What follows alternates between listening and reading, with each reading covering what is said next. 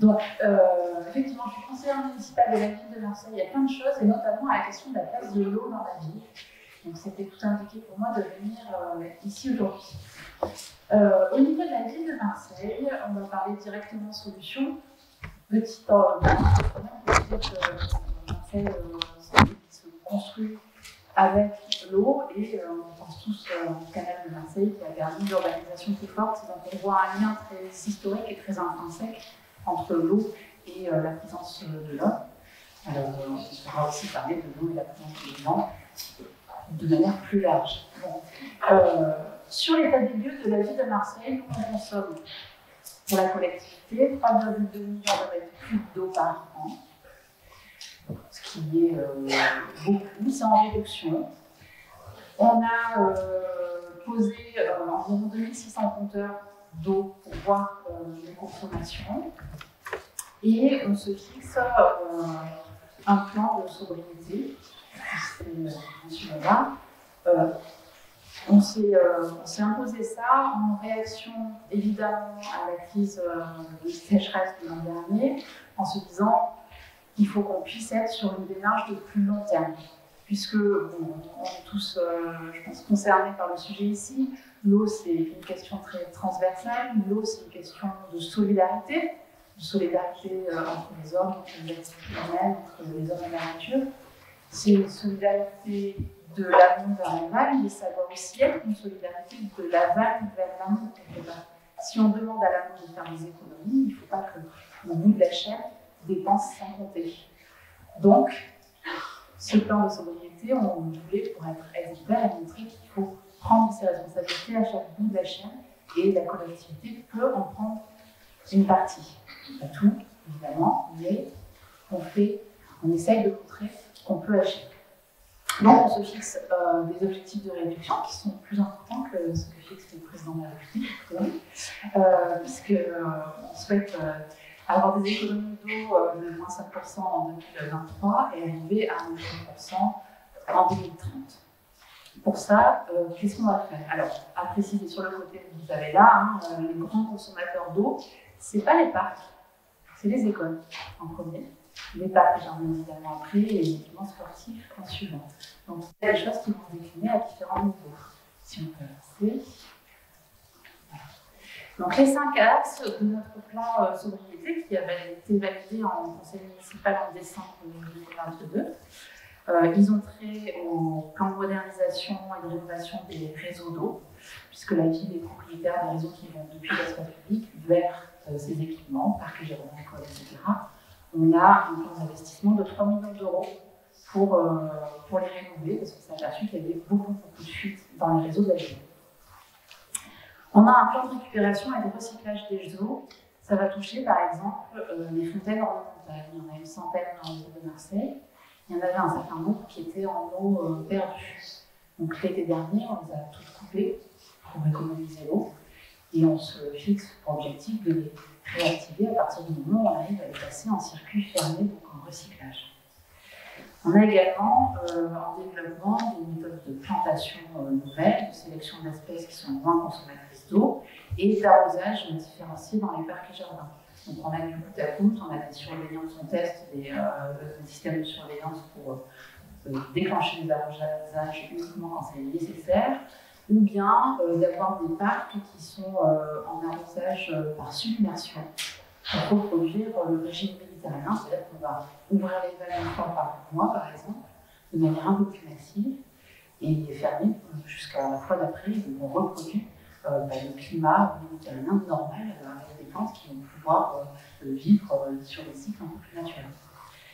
On a également l'intégration de la problématique de l'eau dans les projets d'aménagement par le biais de la charte de la construction durable notamment. Et toute la partie éco-conditionnalité de la commande publique, sensibilisation et mise en place d'indicateurs. Vous avez pas mal de visuels pour vous dire qu'on souhaite aller dans plein de sujets différents, dans plein de domaines différents, des écoles, des piscines, des parcs, etc. Donc, peut-être avancer pour que j'essaye de tenir presque les 5 minutes. Pour juste vous indiquer des choses qui irriguent un petit peu nos réflexions on a eu une étude qui s'appelle l'étude pour un centre historique résilient en 2030, qui permet de voir en fait que la ville de Marseille a des caractéristiques propres, mais est très minérale, elle est très rude pour son environnement et donc par conséquent pour les hommes qui y habitent. Dans les solutions qui sont importantes à mener, outre les économies en eau, il y a le fait de remettre le vivant, de redécouvrir le sol et de retravailler la ville avec les éléments naturels, et notamment la question de l'eau. Donc, retrouver des sols perméables, redécouvrir les pieds d'arbres et avoir des fonctionnements un peu plus normaux. On va lancer. Dans les réalisations qui ont été faites également et qui contribuent à préserver la ressource et en tout cas les cycles de l'eau, il y a toutes les questions de désimperméabilisation sur lesquelles on a souhaité avancer assez rapidement. Alors, vous avez une partie cours d'école et une partie parcs et jardins. Parce que oui, les parcs et jardins à Marseille ont besoin d'être désimperméabilisés. On en avait certains qui étaient imperméables à 70% de leur surface. Alors, moi, ça me fait rigoler. J'espère que ça va faire rigoler les extérieurs. Mais en fait, c'est une catastrophe. Donc, on avance petit à petit sur tous ces types de projets en se disant qu'on a des actions qui sont d'ampleur et qui vont transformer la vie pour prendre en compte le cycle de l'eau et permettre un meilleur fonctionnement de l'écosystème, et des interventions sur l'économie de la ressource qui sont importantes et proactives de la part de la ville de Marseille. Est-ce que j'ai tenu mes 5 minutes? J'ai encore une minute. Ah, très bien.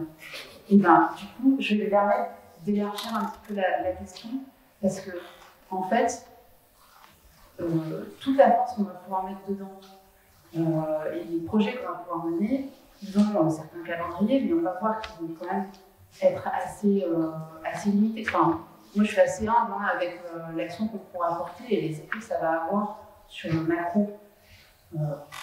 Et les annonces sur le plan haut national, elles appliquent, peut-être pas, on va pouvoir les questionner, hein, mais ce que nous on porte comme message, c'est qu'il faut qu'on puisse tous se mobiliser sur ces questions-là. La collectivité seule, elle ne va pas pouvoir faire suffisamment, les assos seuls, elles ne vont pas pouvoir faire suffisamment, les citoyens seuls, idem, et finalement, comment on arrive à créer ces instances où on va discuter des choses, discuter des partages de l'eau, en dehors des grands comités de bassin sur lesquels je vois qu'on est plusieurs à siéger, mais il faut qu'on puisse faire des choix d'orientation et de vie en société qui soient hyper importants et qui soient marquants pour les orientations qu'on veut donner à la vie ensemble. La question de l'eau, elle est très invisibilisée, elle était très invisibilisée et elle est devenue extrêmement technique. Et du coup, on l'a dépolitisée et on l'a sortie du débat citoyen. Moi, je pense que les journées comme aujourd'hui, elles sont importantes parce que ça permet de remettre le débat au milieu de tout ça et de se dire que collectivement, on a des sens à choisir, on a des orientations à prendre et il faut qu'elles soient prises très très vite et il faut qu'on puisse les porter à des niveaux plus haut pour contraindre, y compris ceux qui ne veulent pas décider, qu'il faut avancer plus vite et plus fort. Parce que sans l'eau, il n'y a plus de vie. L'eau, c'est un bien commun, je pense que tout le monde ici en est persuadé. Il faut le répéter, il faut le porter très fort. Et la situation actuelle de la crise à la mondialité, on voit qu'on va très rapidement manquer de cette eau-là. Quel choix on fait pour notre avenir? Quel système de consommation on se donne ou on refuse de se donner? C'est des choix qui doivent être vraiment mis au débat.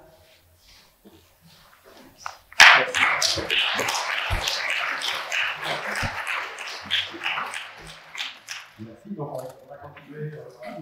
Je suis Vincent Duc, je suis le directeur de la Fédération du collège du 04. Vous êtes vraiment un des utilisateurs de ces milieux, en particulier du club. On a dit ce matin qu'il y avait une raréfaction des débits et tout ça. Donc, voilà, vous, comment vous adaptez et quelles solutions de restauration éventuellement vous préconisez, avec qui vous les faites. et de quoi vous avez besoin pour mettre en œuvre ces restaurations et pour essayer de continuer à avoir cette disponibilité pour vos activités. Bonjour à tous. Alors oui, on est effectivement un usager, mais pas que un usager, on est aussi une association de protection aussi du milieu aquatique. Et je tiens à rappeler, parce que quand on parle de fédération de pêche, on pense toujours à la pêche de loisirs, c'est aussi l'un de nos objectifs principaux, mais c'est aussi la protection du milieu aquatique. Si on peut passer juste sur un petit constat sur la diapo suivante, j'ai laissé des diapos dans la... Voilà. Alors, c'est des choses que j'ai déjà un petit peu vues ce matin, alors je m'en excuse, ce sera peut-être des rappels. La fédération avait opté du coup sur l'impact en 2017 sur une période allant de 81 à 2017. J'ai réalisé un petit peu les données justement avant-hier pour aujourd'hui. Mais en tout cas, comme aime bien le répéter un collègue dans la salle, les clés sont têtues. Dans les années 80, sur la station de Château-Arnoux-Saint-Auban, si vous ne connaissez pas, c'est la moyenne d'urance, on est en zone de plaine. Et sur cette moyenne d'urance en zone de plaine à 400 mètres d'altitude, 461, on était aux alentours de 12 degrés de température moyenne dans les années 80. On est désormais, depuis l'année 2010, autour de 14 degrés, ce qui constituait un record dans les années 80, constitue désormais la norme. Voilà. Donc ça, c'est le premier point. Ensuite, sur les écarts mensuels de précipitation, donc en bas à gauche, si les écarts donc à la normale, ce qu'on peut se rendre compte, c'est que finalement, il pleut depuis 1980. Les précipitations se sont largement déportées vers la périphérie de l'année civile, c'est-à-dire qu'il pleut énormément en janvier-février, il pleut beaucoup en novembre. Voilà. Et puis par contre, on a un déficit chronique qui part du mois de mars et qui va jusqu'au mois d'octobre.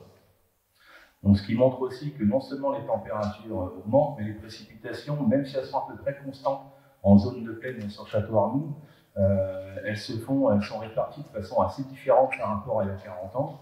Et finalement, on a un été climatique avec les températures que vous pouvez voir à droite, là, les températures qui sont de plus en plus chaudes et de plus en plus longtemps. Donc vous avez, chaque barre représente une année. En rouge, les années chaudes, les températures chaudes. En bleu, les températures froides, donc de gelée, et plutôt en rouge, donc les températures de forte chaleur. Et ce qu'on constate, c'est finalement ces gelées sont de plus en plus rares, les périodes de forte chaleur sont de plus en plus présentes, et quand on les couple à ce qui se passe sur le graphique à gauche, eh ben, ça donne un été climatique qui s'élargit considérablement, qui était de juillet à août avant, qui maintenant s'étale de juin à septembre. Et donc forcément, ça a un impact sur l'hydrologie des cours d'eau. Sur la diapo suivante, on a à peu près le même constat, à quelques différences près, mais sur la station d'Embrun dans 0,5, on est 400 mètres au-dessus Château-Arnoux, 871 mètres d'altitude. Là encore, on avait des records dans les années 80 qui constituent la norme assez rapidement, d'ailleurs bien plus tôt que sur Château-Arnoux, donc en zone de montagne. La station d'Embrun, elle n'est pas prise par hasard, c'est que c'est une station de zone de montagne.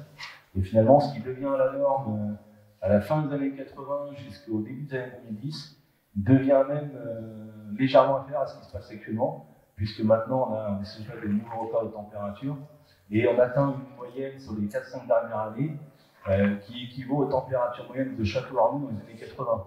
Donc 400 mètres d'altitude, deux climats différents, un climat d'origine montagnard à Embrun, un climat méditerranéen à Château-Arnoux, et finalement, en 40 ans, on récupère un climat qu'on trouvait 400 mètres plus bas, donc il y a 40 ans. Donc le constat il est assez édifiant. Par contre, en termes de pluviométrie, c'est un peu différent, parce que autant sur Château-Arnoux, le cumul pluviométrique est à peu près identique, hein, la moyenne elle change assez peu. En revanche, sur les zones de montagne, ce qu'on s'aperçoit, c'est que finalement, on a beaucoup plus de déficit que d'excédent.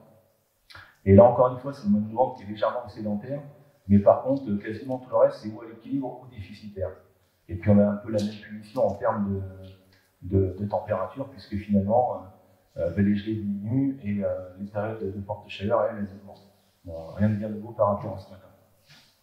Alors après, en termes d'adaptation, alors il y a plusieurs choses possibles pour la protection piscicoles. Hein. Bon, d'abord un constat sur les aspects piscicoles. Il n'y a pas que les températures et le climat qui a monté de 400 mètres d'altitude. Les poissons aussi, grosso modo, ils sont montés de 400 mètres d'altitude, ou alors ils ont disparu. Parce que l'un des grands problèmes du département des Alpes-de-Provence, et c'est pas que les Alpes-de-Provence d'ailleurs, c'est qu'il y a beaucoup d'ouvrages en travers des cours d'eau qui empêchent les poissons d'aller et venir.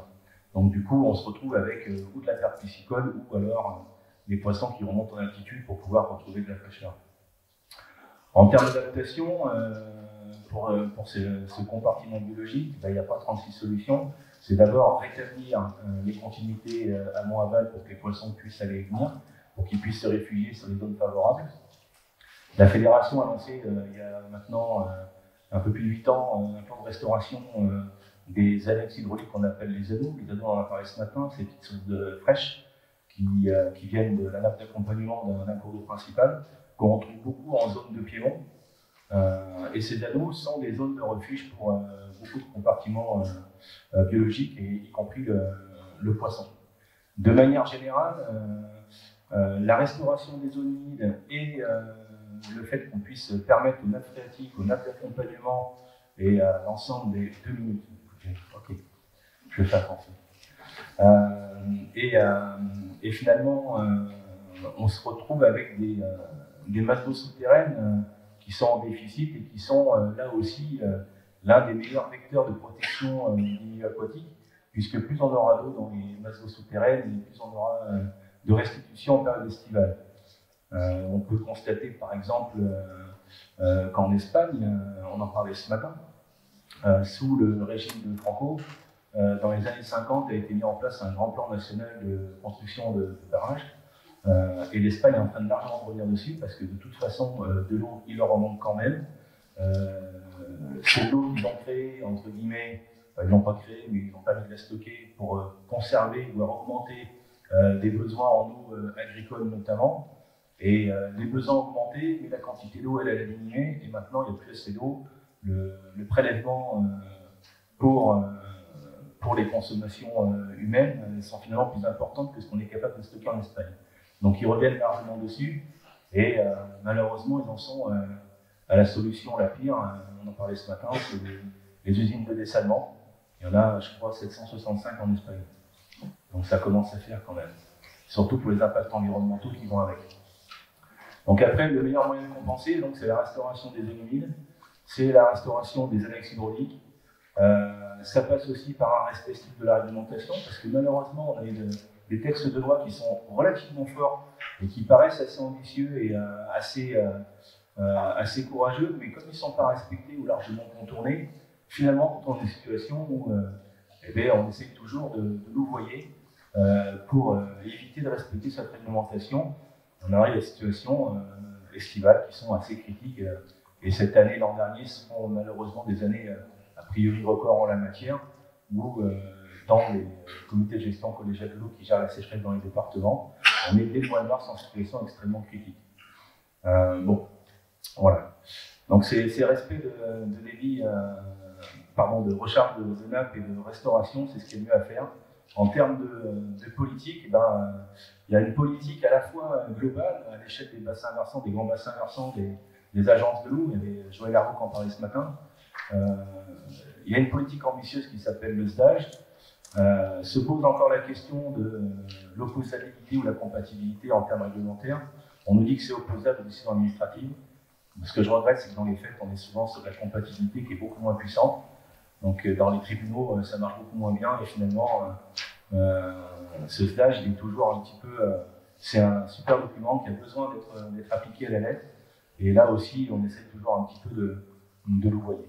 Après, il y a aussi des politiques, j'en ai presque fini, rassurez-vous, des politiques ambitieuses locales aussi à mettre en place, notamment en matière de construction, que ce soit pour des logements, pour de l'installation de manière générale. J'ai pu comprendre que la communauté de communes du Pays de Fayence avait pour l'instant interdit des nouvelles constructions vu l'état de la ressource en eau. Je pense que c'est le genre de décision courageuse qui, pour l'instant, est assez unique et qui devrait peut-être se voir développer un petit peu à la hausse dans les années à venir. Malheureusement, il y aura peut-être plus ce contexte réglementaire qui permettra de faire un peu barrière à l'impact du prélèvement en eau et qui pose problème au milieu aquatique. Voilà, j'ai pas tout dit, mais on s'arrête là. Bah, vous pourrez intervenir après. Parce que vous avez aussi la communauté de communes de Fayence. En fait, ils étaient invités, ils participer à cette table ronde, ils ont le dernier moment. Mais voilà, effectivement, des solutions. On peut quand même souligner leur courage. Exactement. L'intervenant suivant, donc Yves Gros, qui est administrateur à la Fédération Bio de Provence. Donc, il va nous parler un peu d'agriculture. On a dit ce matin, on a fait le constat que les agriculteurs sont un des premiers utilisateurs de l'eau en PACA. Et avec cette rédaction de la ressource, comment l'agriculture peut s'adapter, comment on peut préparer à ce manque d'eau chronique, à ces sécheresses énormes. Voilà. Vous avez peut-être la réponse avec le bio. Oui, merci et bonjour à tout le monde. Donc, je m'appelle Yves Gros, je suis agriculteur à Hyères, dans le Var. Je vais parler un peu de la filière bio. Je vous présenterai quelques photos de chez moi aussi pour montrer un petit peu ce qu'on a fait du sol, surtout de travailler sur le sol. Donc, la filière bio, c'est la filière FNAB, Fédération nationale de l'agriculture biologique, qui avait démarré l'agriculture biologique dans les années 80-90. À cette époque-là, il y avait un petit peu, les chambres d'agriculture n'étaient pas très partantes pour le bio, et bon, heureusement, c'est quand même une évolution positive, ils commencent à s'y mettre et on se trouve parfois en concurrence, et ce qu'on se fait pas surtout, parfois en complémentarité. Donc la région, je ne sais pas si vous devez le savoir, la région PACA, c'est la première région de France en proportion de la surface bio par rapport à la surface totale, pas en surface, c'est une petite région.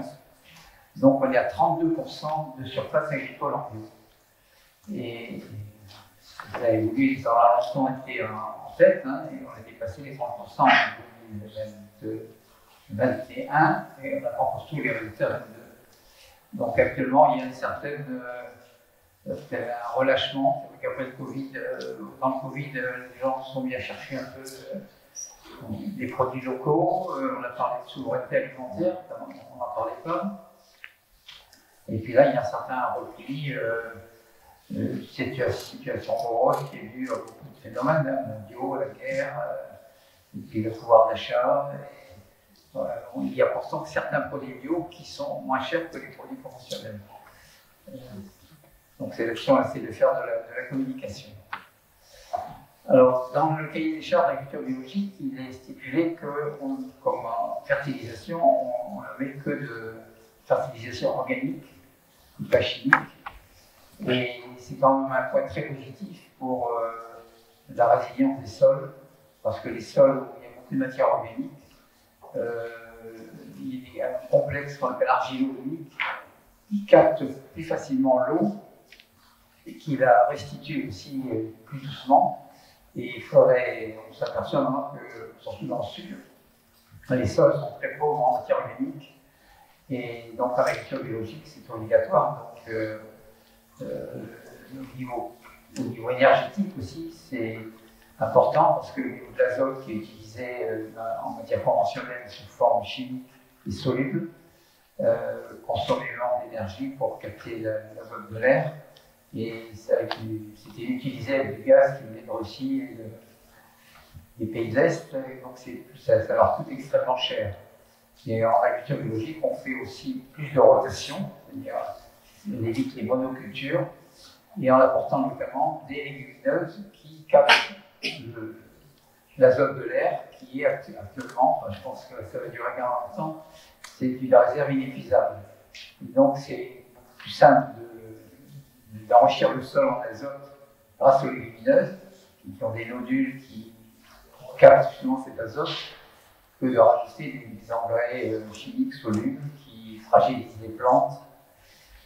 Et donc je pense qu'au niveau climatique, l'agriculture biologique a un certain intérêt. De plus, tout de suite, très rapidement, on a réfléchi si les plantes ont besoin d'eau. Bon, on peut leur amener, mais faut-il encore trouver cette eau, même si notre région a des capacités de stockage assez extraordinaires, hein, c'est vrai. Mais on peut se poser la question pour l'avenir. Ce matin, on n'a pas eu la réponse si combien de temps ça va bien retenir, et comme les réserves principales sont quand même dans la bouteille, combien de temps est-ce qu'ils vont arriver à remplir ces réserves? Et même s'il y a un réseau qui se développe, si on ne peut pas mettre d'eau dans le réseau, ça va être un problème. Peut-être je vais vous parler un peu de mon domaine, je ne sais pas combien il reste. Donc je suis dans le Var, retraité, parce que j'ai la chance que ma fille et mon gendre reprennent la ferme, qui est à peu près une vingtaine d'hectares, pas très loin de la mer, et cultive surtout de la vigne. Sur 15 à 20 hectares, c'est un fermage. Et je fais également de l'élevage de volailles, mais avec de l'alimentation qui est achetée. On ne peut pas trouver de surface pour faire suffisamment de céréales. Donc, je suis également, j'arrose aussi. Alors, c'est dans la vallée où j'étais, la vallée des Borel, hier, il n'y avait pas de réseau d'irrigation. C'est un qui arrive ailleurs depuis les années 70. Et donc, en 2017, je crois, le Canal de Provence a fait une proposition pour faire un maillage, une jonction, avec des financements peut-être plus intéressants qu'aujourd'hui par les collectivités publiques. Et donc, on a souscrit à un abonnement de 2500 m3 par an. Mais on n'a pas couvert systématiquement toutes les vignes, le vignoble. On a essayé de réfléchir qu'on n'arrose que les parties qui sont vraiment sèches, parce qu'on a un sous-sol finalement de schiste, avec beaucoup de sable et pas beaucoup d'argile. Et donc les zones les plus sèches, où j'ai vu mourir des pieds de vigne en 2003, donc on les arrose un petit peu, ce qu'on appelle l'arrosage qualitatif. Ça m'a même été arrivé pour sauver le capital, parce que ça m'est arrivé d'arroser après les vendanges. Parce que, donc, pour essayer de garder ce capital. Je crois que vous avez mis des photos là, de sécheresse. Je ne sais pas si moi je vois rien là, mais c'était dans les années 2000, depuis 91 qu'on est sur cette ferme, ça fait 30 ans. On a vu baisser les sources, il n'y a plus de sources, ça coule plus. Et donc des sites de sécheresse sont apparus sur les vignes, là où il y a un goutte à goutte qui circule. Parce que donc, on ne peut pas arroser des vignes comme ça, sur son AOC, il faut faire des demandes de dérogation qui sont accordées au niveau départemental et au niveau des AOC. Donc en AOC, on est limité par le rendement. Il faut chercher quand même la qualité et pas la quantité. Et donc au niveau de l'irrigation, je pense qu'on met à peu près 500 m3 par an.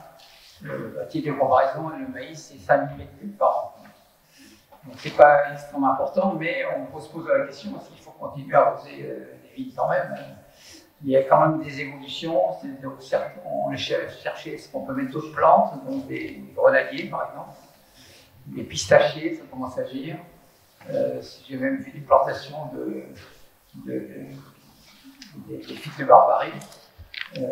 Donc c'est vrai qu'on s'interroge sur ces suites qui ne me semble pas si optimiste que ça a été présenté que ce matin.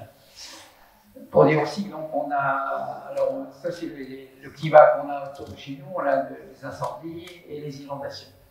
Donc ça c'est près de chez nous, donc c'est arrivé en 95, je crois au 15 août.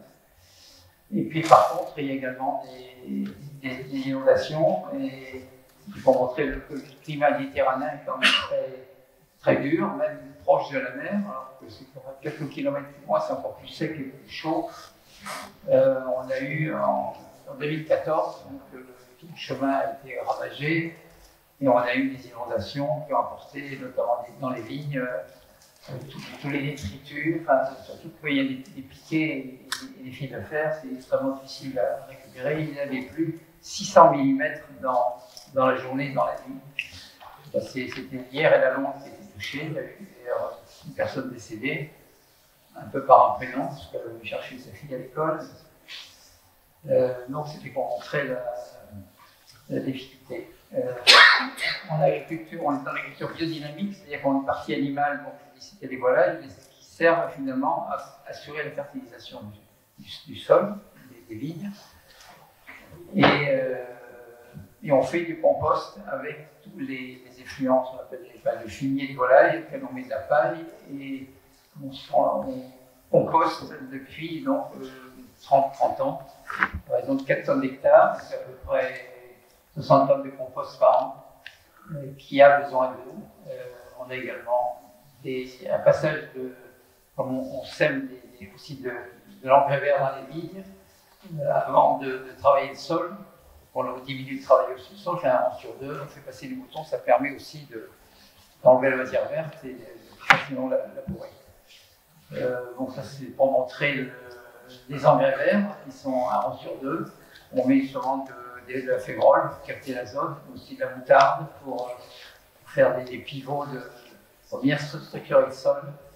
Je crois que je ferai tout. Ça c'était pour, je ne sais pas si on voit de loin, mais c'est pour montrer que finalement les sols qui sont chez nous à gauche, quand il pleut beaucoup, ça coule clair et limpide, et ceux-là de nos voisins qui travaillent le sol, ça coule marron. Je ne sais pas si de loin ça se voit. Alors, on parlera peut-être un peu plus après de matière organique en compétition là-dessus. Merci.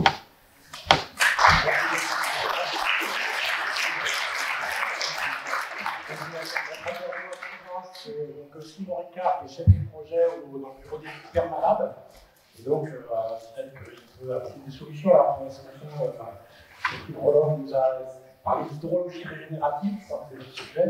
Donc, voilà, je vais vous expliquer ce que c'est et ça peut l'appliquer dans notre région et comment ça nous permet de s'adapter à une norme disponible. Bonjour à tous, merci pour cette introduction. Et ça tombe, je passe après, je vais abonder complètement dans le sens de ce que vient de présenter M. Gros.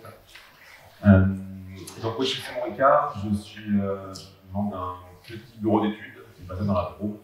Je ne suis pas du point immédiatement, mais voilà, on accompagne des projets agricoles, des agriculteurs, des projets agricoles, des collectifs éventuellement, ou voire des collectivités territoriales, autour de toutes les questions d'agroécologie, agroforesterie, gestion de l'eau, donc effectivement ce qu'on appelle hydrologie régénérative.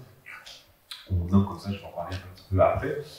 Donc on accompagne sur le design, la conception, l'aménagement d'espaces agricoles et la mise en œuvre, aux plantations, à la création de ce qu'on conçoit, ou on accompagne ceux qui ont aussi de la formation sur ces mêmes sujets. On intervient un peu en France et maintenant un peu plus à l'étranger, et pas mal dans le quart sud-est. Donc on a quelques projets notamment dans le Var en particulier. Donc voilà, on a aussi ma présence. Et effectivement, donc ouais, je vais vous parler d'hydrologie régénérative et de cette vision peut-être un peu différente et sûrement manquante actuellement à l'heure où on parle des problématiques d'eau, et on parle d'économie d'eau, on parle de technique, on parle de plan du président actuellement, et on oublie certainement, probablement, l'aspect de la vision de la régénération du cycle de l'eau. Et c'est en tout cas c'est nous ce qu'on propose d'une certaine manière. Avec, voilà, je commence avec cette situation qui me paraît essentielle en tout cas à connaître. Dans les arts américains qui j'aimerais des soudain que la pluie ne tombe pas des cieux, elle provient du sol. La formation du désert n'est pas due à l'absence de pluie, mais plutôt la pluie cesse de tomber parce que la végétation a disparu. C'est une citation donc de Masamu Fukuoka, qui est un biologiste et agriculteur japonais dans les années 50, qui a inspiré pas mal autour de l'agriculture naturelle notamment. Et il n'est pas le seul à dire ça en fait. Il n'est pas seul à dire ça dans le sens où on a la représentation classique du cycle de l'eau. La représentation classique du cycle de l'eau, on a tous appris à l'école, qui est essentiellement les précipitations viennent de l'évaporation des masses océaniques, des masses maritimes, qui pénètrent sur les continents et qui, plus ou moins loin dans les continents, précipitent, puis par ruissellement, par infiltration et résurgence, retournent aux masses océaniques. Sauf qu'il y a une composante qui est nouvelle dans le sens où c'est pas nouveau en soi, mais c'est plutôt qu'on comprend comprendre mieux l'influence de la végétation, notamment dans les précipitations, donc sur le climat en particulier, et notamment le rôle de la végétation continentale, qui serait responsable d'entre la moitié et 2/3 des précipitations continentales qui viennent justement de l'évapotranspiration de la végétation, des arbres, des cultures, des plantes dans les sols, et qui, elles aussi, alimentent les masses nuageuses et reprécipitent plus loin, de sorte qu'on considère, selon évidemment les climats, les endroits dans le monde, qu'une goutte d'eau qui est évaporée de la mer va, avant d'y retourner, être recyclée entre guillemets plusieurs fois par la végétation dans le cycle de l'eau, 4, 5 ou 5 fois avant de repartir dans le cycle de l'eau bleue, de l'eau qui retourne à la mer. Et du coup, par cette représentation, c'est notamment l'INRAE qui a réalisé sur cette étude il y a 3 ans, en 2019, et qui rejoint d'autres visions de bon nombre de scientifiques dans le monde, et qui mettent en avant justement ce rôle du cycle de l'eau sur le climat, et notamment du rôle de la végétation sur le climat. Et donc on a un cycle de l'eau entre guillemets fonctionnel d'une manière naturelle, on va dire, c'est-à-dire quand il y a de la végétation suffisamment au sol, forêt, mais pas que forêt, hein, il y a diversité de végétation. Et à l'inverse, on a un cycle de l'eau qu'on peut dire dysfonctionnel. À partir du moment où on enlève trop de végétation, il n'y a plus assez de végétation, et des sols qui sont utilisés trop secs. Et là, on a une forme de... on a 2 phénomènes qui apparaissent et qui sont en fait sur les mêmes faces d'une même pièce, que sont, on connaît actuellement, les sécheresses et les inondations. Pourquoi c'est les 2 mêmes faces d'une même pièce? Parce que, et surtout dans le climat méditerranéen en particulier, dans le paysage méditerranéen, on peut dire qu'ils sont pauvres en matière organique, qui sont relativement secs, qui sont peu végétalisés d'une certaine manière, même s'il y a des arbres, il y a des végétations. Mais voilà, ils sont secs, ce qui fait que c'est des longs temps sans précipitation, et quand enfin il pleut, on a l'exemple tout à l'heure, ça pleut fort et beaucoup, et quand ça tombe sur des sols, quand ça tombe de rue sur des sols secs et qui n'absorbent pas, et sur des paysages, des bassins versants qui ne sont pas conçus, aménagés pour retenir l'eau de précipitation, et ben ça descend très vite par les cours d'eau et ça crée des inondations. Et c'est de l'eau qui est entre guillemets perdue à l'écosystème là où elle tombe. Elle génère souvent des pollutions, des inondations, des dégâts en aval. Elle retourne trop vite à la mer où là aussi elle a des impacts. Et cette eau perdue, d'une certaine manière, elle manque plus tard à l'écosystème, sous diverses formes. Elle manque aux plantes, elle manque au sol. Et il y a une forme de déshydratation entretenue des bassins versants, des paysages. Alors, donc cette diapositive montre, c'est issu de travaux de Stéphane Schwarzer qui a proposé des travaux pour les Nations Unies notamment, et qui montre justement l'impact en fait, et c'est ce qui est en train d'être, il y a un consensus scientifique qui est en train de s'établir justement sur le fait que la végétation, et au plus il y a de végétation active, donc qui évapotranspire dans les paysages agricoles et pas que, au plus il y a de l'eau qui monte dans les nuages et qui va favoriser la présence de nuages bas et donc les précipitations. Et à l'inverse, sur des paysages secs, asséchés par les pratiques agricoles, par notamment le labour des sols nus, par l'imperméabilisation et naturellement aussi parce qu'on a des paysages de maquis et de garrigues qui sont historiques, mais qui viennent aussi d'un passé anthropique qui a déboisé et dévégétalisé les bassins versants en amont. Et là, on se retrouve avec des sols beaucoup plus secs. Donc, c'est de la chaleur sèche qui monte et pas de la chaleur humide. Et cette chaleur sèche, elle entretient le climat chaud, le climat sec, l'absence de précipitation et corollaire, quand ça précipite beaucoup et ça entretient par érosion, par ruissellement des paysages qui sont secs. Donc, c'est un cercle vicieux et un cercle vertueux qu'il est essentiel de déjà comprendre, de considérer et éventuellement sur lequel agir. Et du coup, par rapport à ça, c'est notre approche de conception et d'aménagement d'espace agricole agroécologique, on va dire, et productif aussi, et régénératif. Et on considère un triptyque. On a entendu parler avec la mairie de Marseille tout à l'heure Et des ressources critiques absolues pour régénérer l'eau, l'arbre, l'eau, le sol, l'arbre. Par, il y a deux grands axes de régénération du cycle de l'eau et donc d'inversion de ces phénomènes qu'on subit actuellement, qu'on met sur le compte du réchauffement climatique, mais qui sont d'abord dus à la dégradation du cycle de l'eau et par la dégradation des paysages.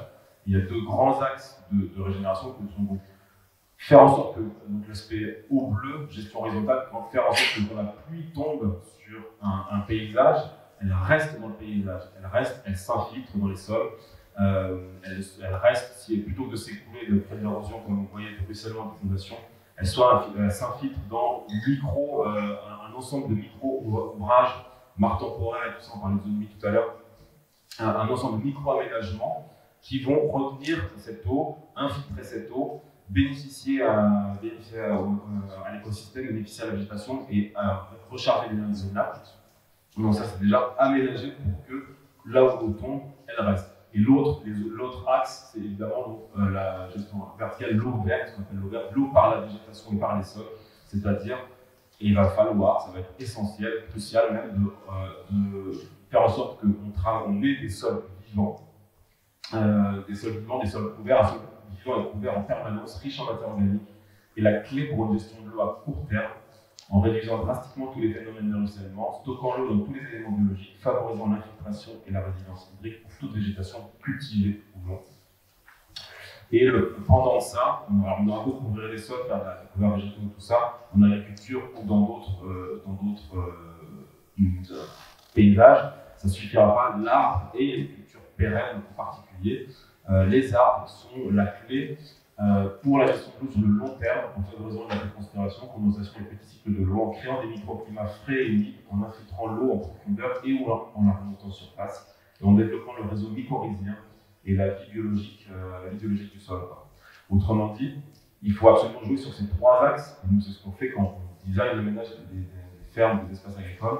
On regarde comment sont les flux d'eau, comment on pourra les ralentir, on regarde comment couvrir les sols, améliorer par les pratiques agricoles, et on regarde comment implanter de l'agroforesterie, des arbres autour des parcelles, dans les parcelles, parce qu'il y a un enjeu fort que à 5, 10, 15, 20 ans, les arbres soient, et c'est probablement ça qui va faire que les conditions soient encore, entre guillemets, vivables et productives dans les espaces agricoles. Donc, sol, 1% de matière organique, dans 15 cm de sol, c'est 250 m3 d'eau par hectare. Le sol, on l'a mentionné tout à l'heure, c'est la première réserve hydrique qu'on doit chérir, on va dire. C'est pas faire des bassines ou quoi que ce soit, c'est d'abord le sol, travailler sur la capacité des sols en général à retenir plus d'eau. Vous voyez juste un exemple visuel on parlait de pluie tout à l'heure, c'est pas 600 mm, c'est 233 mm de pluie qui sont tombés pendant 16 heures. C'est au même endroit, c'est deux parcelles qui sont voisines. Comme tout à l'heure, une parcelle à gauche labourée, sol nu, travaillé et compacté, comme dans beaucoup d'endroits en France encore, que ce soit en viticulture ou ailleurs.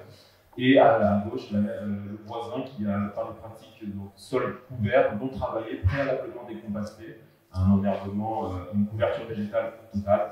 Et vous voyez, après 160 mm, complètement ressuyé, infiltré à droite, et ruissellement, érosion, inondation à gauche, donc à l'échelle de quelques mètres carrés, donc vous imaginez en conséquence sur des hectares et des hectares. On va tout lancer un aperçu rapide des pratiques agricoles qui permettent de la régénération des sols, de conservation, de culture sur sol vivant, en herbement de couverts végétaux, en vigne, mais pas que, en arboriculture aussi. Et puis en termes de pâturage, c'est certainement clé là aussi, le pâturage holistique, une gestion holistique du pâturage qui permet la régénération des sols relativement rapidement à partir du moment où on fait de la régénération, de la conduite de pâturage qui permet ça. Donc pareil, les arbres, le rôle de l'arbre sur l'évapotranspiration, l'infiltration, tout ça, je l'ai mentionné. Et donc pareil, un aperçu rapide des systèmes agroforestiers qu'on va devoir, qui est essentiel dans tous les espaces agricoles pour recréer tout ça et aussi ces microclimats qui vont permettre de pouvoir continuer à cultiver dans certains endroits. Donc voilà, c'est les bocages, la gestion forestière, la reforestation, évidemment, est clé, et puis les systèmes agro-silvopastoraux. Remettre les arbres ménagères dans l'ensemble des systèmes de culture, c'est possible, et ça va être là aussi clé. Voilà, pour passer, l'agroforesterie est évidemment la clé pour passer de paysages comme ceux-ci à gauche, et encore l'immense majorité de ce qu'on a en France suite aux transformations du paysage, par exemple, et tout ça dans les années 50 en particulier, à un paysage comme ça, agroforestier, bocager, dans le sens des arbres autour des parcelles, dans les parcelles, et qui vont recréer aussi tous ces milieux naturels dont on a besoin, la biodiversité dont on a besoin, mais on peut l'aménager, et on l'aménagera aussi et d'abord pour le cycle de l'eau et pour contrer les phénomènes qu'on voit. Et enfin, et éventuellement je reviendrai un peu plus tard, c'est justement l'eau, la gestion horizontale.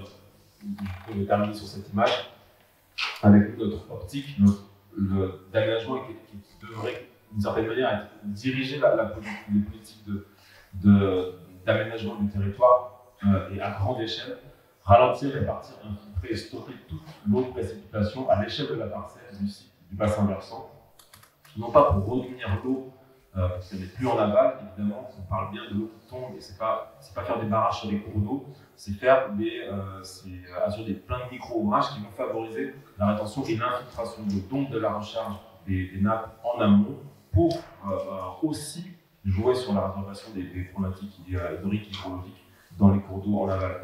Donc passer de paysages comme ça, de bassins versants qui évacuent, qui drainent l'eau d'une certaine manière quand il faut, à des bassins versants et des paysages à petite ou grande échelle, c'est la même logique qui vont faire en sorte que l'eau soit retenue dans un ensemble de micro-ouvrages et dans des sols couverts et vivants, et pour aussi favoriser la réimplantation du végétal et des arbres en particulier.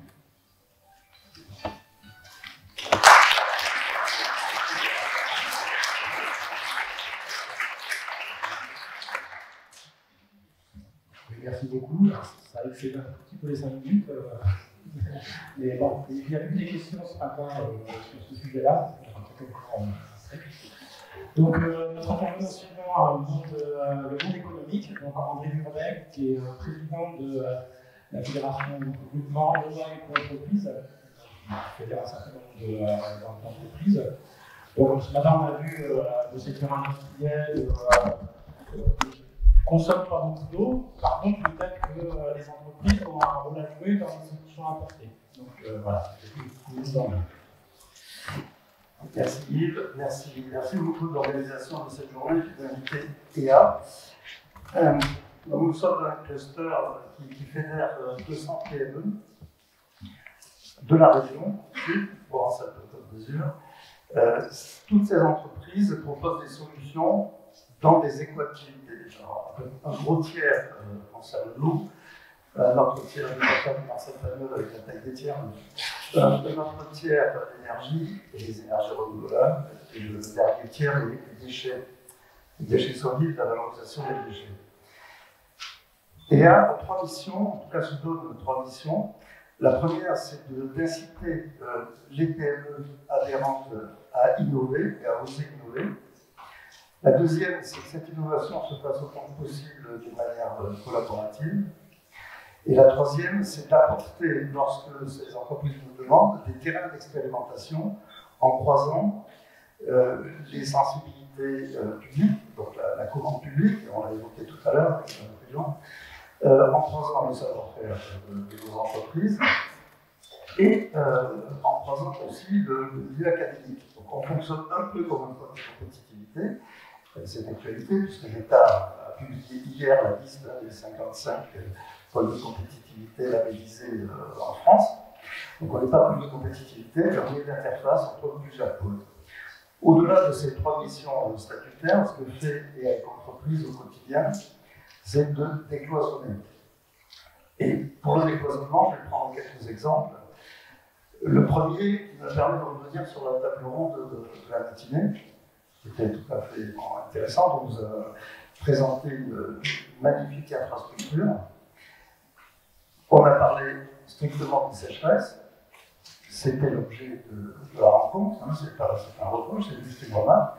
Et pour décloisonner dans la gestion de la sécheresse à partir de ces grands ouvrages, je pense qu'il faut se poser 3 questions autour desquelles on a tourné par des questions qui ont été posées, mais qui n'ont pas été frontalement prises par les intervenants. La première, c'est que gérer la sécheresse sans se préoccuper de la gestion des inondations et de l'emploi du vivant, ça vient d'être dit. La deuxième, c'est qu'il faut qu'on arrive à accrocher ou à arrimer la vision technologique, j'ose dire technocratique, de raccrocher cette vision-là au savoir-faire paysan, au bon sens paysan, de façon à ce que lorsqu'on commence à s'intéresser à la goutte d'eau quand elle est rentrée dans un système filaire, un monodimensionnel, j'ai envie de dire c'est trop tard, les caricatures pour être compris. Donc s'intéresser à la fois au phénomène dit paroxystique, c'est-à-dire extrême, que ce soit par l'excès d'eau ou par l'excès du manque d'eau, ce sont les mêmes acteurs, ce sont les mêmes acteurs du territoire, ce ne sont pas les mêmes outils ou les mêmes dispositifs réglementaires ou financiers, mais ce sont les mêmes acteurs. Et ces acteurs, en bout du compte, ce sont des habitants, des citoyens qui vivent et qui ont leur activité sur le bassin versant. Autre décloisonnement auquel je pense, c'est celui de l'appropriation de toutes ces technologies, de tous ces équipements, de tous ces développements que peuvent faire nos entreprises. C'est l'appropriation par l'usager final, c'est-à-dire par le citoyen. Donc sans rentrer dans le détail d'un catalogue qui serait très très long sur les technologies, parce qu'elles existent, les technologies, c'est plutôt l'appropriation par l'usager qui nous intéresse aujourd'hui chez EA, où on va faire en sorte d'introduire autour et avec les concepteurs académiques de la technologie des sociologues, des socio-économistes qui vont vous aider à faire passer dans les mœurs ces technologies appliquées. Et là, je vais rebondir sur 3 exemples qui ont été cités autour de la table. Le premier qui a été cité pour la ville de Marseille. On a installé, et c'est une très bonne chose, plusieurs centaines de 2600 compteurs d'eau. Le groupe de Marseille, qui a la délégation aujourd'hui, a fait une enquête récemment pour vérifier quel était l'usage fait par l'usager, finalement, qui a un compteur chez lui. Et non pas l'usage pour dire tiens, j'ai consommé tant, j'ai autant, mais pour ces compteurs-là sont des compteurs, on dirait, intelligents, qui permettent de détecter soit des consommations excessives, soit des périodes là aussi extrêmes. Ce qui ressort de cette enquête par le groupe de Marseille, c'est que moins de 5% des abonnés, savent qu'ils ont un compteur qui leur permettrait d'améliorer leur usage au quotidien. Et bon, j'arrêterai sur cet exemple, mais vous voyez, c'est bien l'appropriation, la technologie existe, elle est mise à disposition, c'est l'enrobage, l'accompagnement, la communication opérationnelle qu'il faut faire autour de cela. Alors c'est pris en compte aujourd'hui, mais il faut faire le constat pour que la situation évolue. Deuxième exemple, vous avez cité l'Espagne. L'Espagne, Barcelone est une ville mondialement connue pour son exemplarité dans la gestion de l'eau. On a mis en place à Barcelone, suite à 2 épisodes de sécheresse paroxystique, et qu'on a tous vécu, on a mis en place une concertation avec les usagers de l'eau pour aller vers un programme de sobriété. Et ce programme de sobriété, il n'a pas été imaginé en haut et proposé en bas, avec le schéma top-down. Ce sont les usagers qui l'ont défini, consenti, mis en œuvre. On s'est dit, en observant en hydraulicien et hydrologue que nous sommes, on s'est dit, dès que la crise de sécheresse va passer, ils ont réussi à économiser quasiment 25% de la ressource, réduire leurs besoins de 25%. On s'est dit, dès que l'épisode de sécheresse paroxystique sera passé, on va voir les consommations, en fait, pas du tout. On s'aperçoit que ça y est, c'est rentré dans les mœurs parce que ça venait de la base. Donc ça fonctionne. Dès lors que la population, enfin le citoyen, l'usager, est complètement associé à la définition des solutions, et c'est approprie, nécessairement, parce qu'il a compris les avantages et les inconvénients. Et le troisième exemple, pour monsieur, dans la région d'hier, il y a une nappe côtière et un torrent côtier qui s'appelle le Gabon, qui a été extrêmement soumis à des prélèvements en nappe phréatique, au point où le biseau salé est rentré, alors non pas comme on l'a dit ce matin par la mer qui déborde sur les sols, mais bref. de l'ISO Sahel est rentré, rendant quasiment impropre même la navigation cette zone-là. Donc, ça a donné lieu, il y a une bonne quinzaine d'années, on va dire 20, à un vaste programme concerté pour utiliser l'eau, justement, quand elle est là, dans des épisodes méditerranéens, mettre en place des dispositifs de réinfiltration, entre guillemets, forcés, pour recharger ces nappes et repousser l'ISO Sahel de façon à pouvoir à nouveau irriguer avec de l'eau des captages. Voilà, je pourrais en citer d'autres, je ne sais pas combien il me reste de temps. Je vais juste 20 secondes, très bien, 10 secondes pour deux idées. La première idée, et justement pour aller dans le sens de ce que je disais, va lancer un programme d'observatoire, non pas d'observatoire de niveau piézométrique ou de qualité des cours d'eau, etc., mais d'observatoire de l'engagement citoyen par rapport aux dispositifs existants. Et ça, on est en train de travailler sur le cahier des charges, on va le lancer.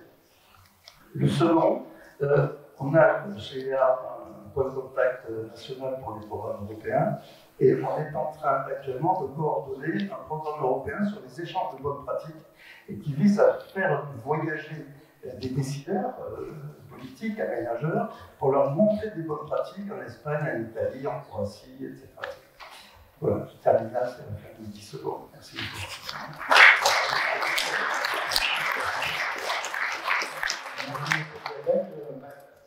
Vous avez fait par exemple, vous avez eu une excellente transition avec notre dernière réunion, puisque vous avez beaucoup parlé du problème dans ce projet-là. Et justement, donc, c'est une maison qui est directrice de l'EPAL Vénélique, elle va peut-être nous expliquer un peu ce que c'est. Et sur ce créneau-là, c'est-à-dire comment on communique sur les enjeux de l'eau, avec qui on communique, avec quels outils, est-ce que. Voilà. Et donc, ça fait exactement la transition pour savoir sur. Merci, on dirait que c'est fait exprès. Sur le coup, je me suis dit que j'allais être toute seule à ne pas parler d'eau, parce que moi je ne vais pas vous parler d'eau, je ne vais pas parler d'inondation, je ne vais pas parler de ressources, je vais parler de participation citoyenne, d'anthropologie, mais pas de ressources. Donc je me sentais un peu décalée, et puis là la transition est parfaite, donc merci. Donc je suis Céline Véran, la directrice de Ménélique.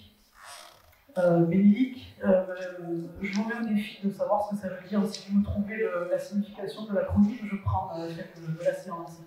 Ménélique, c'est le fils de la reine de Saba. Donc en fait, Ménélique, c'est juste le petit Saba qui grandit. Pour ceux qui connaissaient le Saba, le syndicat d'aménagement du bassin de l'Arc, il est devenu Ménélique le 15 septembre 2022, où il a donné naissance à Ménélique le 15 septembre 2022. Donc Ménélique a à peine plus de 6 mois.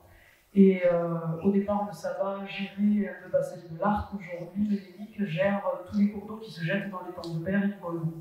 Donc la Cadière, la Trouille, l'Arc, la Durançon, mondialement connue, et d'autres petits pipis autour de l'étang comme ça. Alors on hérite d'un territoire plus grand, un territoire de jeu plus vaste. J'ai passé 20 ans sur l'Arc, je connais bien les acteurs de l'Arc, je connais bien les élus de l'Arc, je connais bien les citoyens de l'Arc. Et là, on a un pari sur un territoire plus vaste, et on se dit comment faire équipe sur ce territoire. Comment ce qu'on a essayé de mettre en place sur l'Arc. Alors sur l'Arc, je le rappelle, on a une habitude de concertation. Moi j'ai hérité d'un sage quand je suis arrivée sur l'Arc, il venait d'être approuvé, je suis arrivée en 2002, le sage de l'Arc avait été approuvé en 2001, et quand vous avez un territoire sur un sage, c'est quand même signe qu'on a une certaine habitude de la concertation. Donc sur l'Arc, on avait cette habitude-là, et héritant de ce territoire, comment faire pour transmettre. Donc vous avez compris qu'il y a une notion d'ADN, de transmission, depuis le Saba jusqu'à Ménélique. Donc comment faire pour assurer cette transmission, pour embarquer les acteurs du territoire.